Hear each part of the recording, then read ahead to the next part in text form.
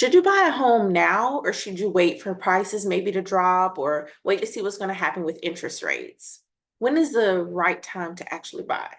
Unless you have a crystal ball, it's very difficult to really know exactly when the best time to buy a real estate property.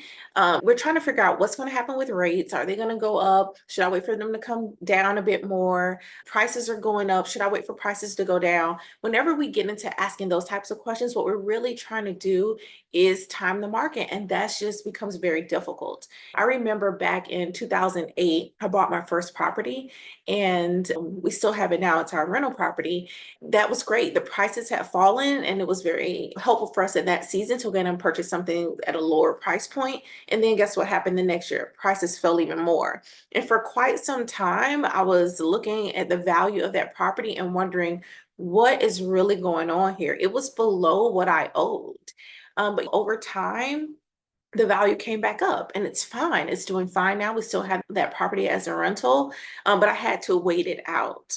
So it really comes down to figuring out a couple of things.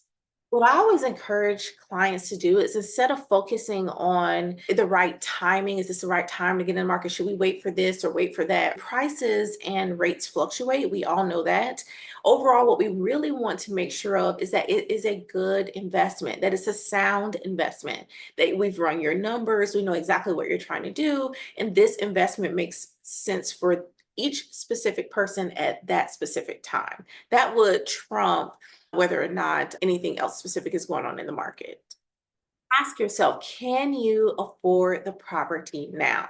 That is so important. Are you actually ready to buy? Do you have the money saved for the down payment? If you're going to go through some type of program, are you already planning for that to know what type of down payment assistance program or first time home buyers program that you might use? Or maybe you're getting money from a family member. All of those things need to be thought about.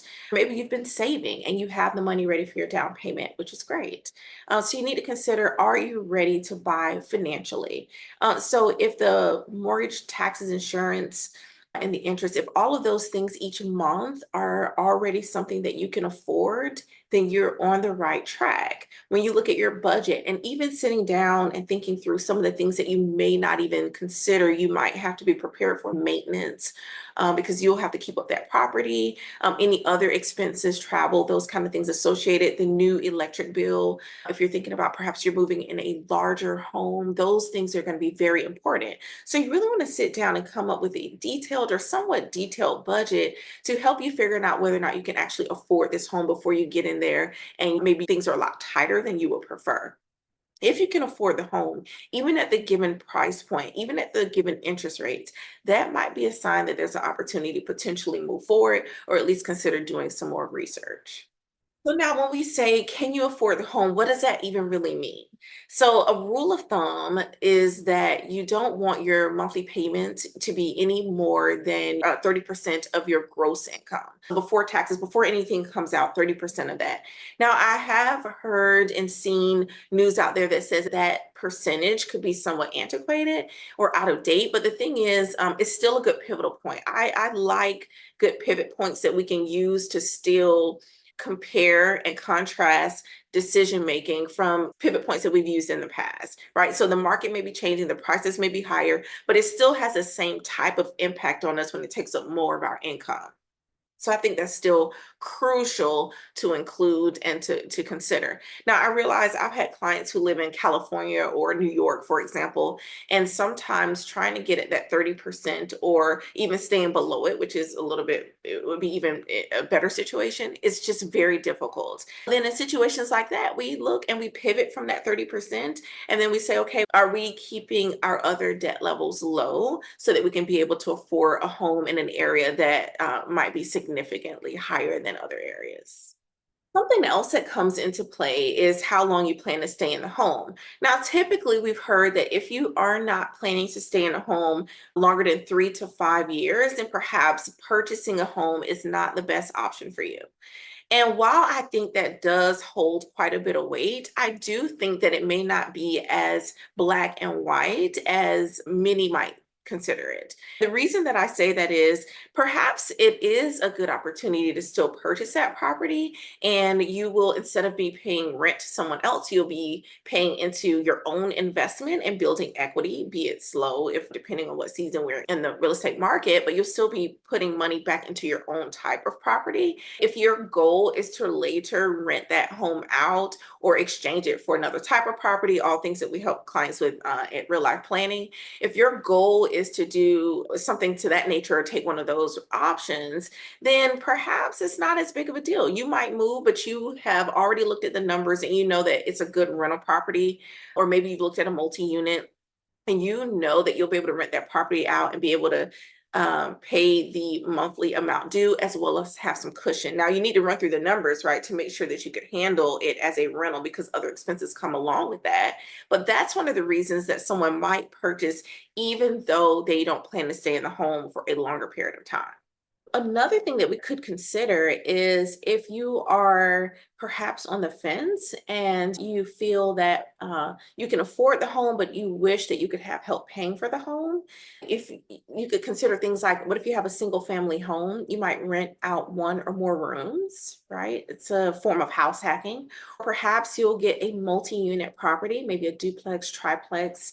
Now, obviously, those will cost more to get into those, but perhaps that's something that fits your budget and what you're looking for. And you could rent out some of the other units and potentially have no direct amount of income or rent that you'll have to pay directly into it, or very minimal. So those are other options as well, where you could have an opportunity to purchase something and just know that for a season, if you're in a single family home, you might choose to have a roommate. Or maybe I've heard stories of people who've had roommates long term and they really enjoy that, being able to meet someone new and just share life in that way. So everyone's situation is very different, but there are always options that you can consider that might actually make it work for you now.